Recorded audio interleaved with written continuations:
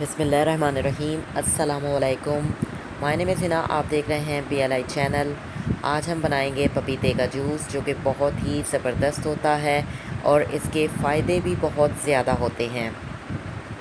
इसको पीने से ख़ास तौर पर वो अफराद जिन लोगों को जो है दूध हज़म नहीं होता, तो वो पपीते का जूस पिया करें। तो एक तो पपीते से भूख लगती है, पपीते से पेट का निज़ाम सही होता है, पेट की तमाम बीमारियों को ये सही करता है। पेट में रसौली नहीं बनने देता, जहरीले मादों को जिस्म से खारिज करता है, कॉन्स्टिपेशन का मसला हल करता है और नालियों में बलगम को स्टोर नहीं होने देता। तो इसके बहुत ज़्यादा फ़ायदे भी हैं, तो इस रेसिपी को ज़रूर ट्राई कीजिएगा।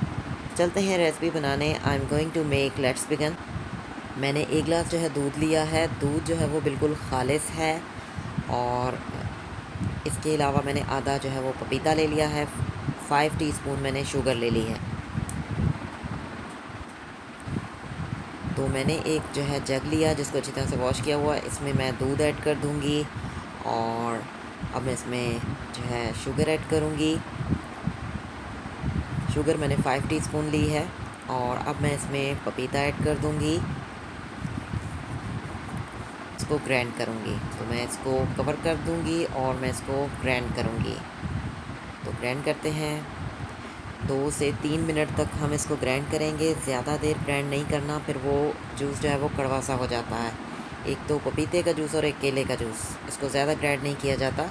तो ग्राइंड जो है वो हो चुका है, तो मैं इसको डिश आउट करती हूँ और डिश आउट मैंने कर लिया है। आप इस रेसिपी को ज़रूर ट्राई कीजिएगा। बहुत ही ज़बरदस्त सी ये रेसिपी है। छोटी सी रेसिपी है लेकिन बहुत ही फ़ायदेमंद है। इसके बेनिफिट्स बहुत ज़्यादा हैं। मिलेंगे नेक्स्ट वीडियो में BLI चैनल में। Thanks for watching. See you next time.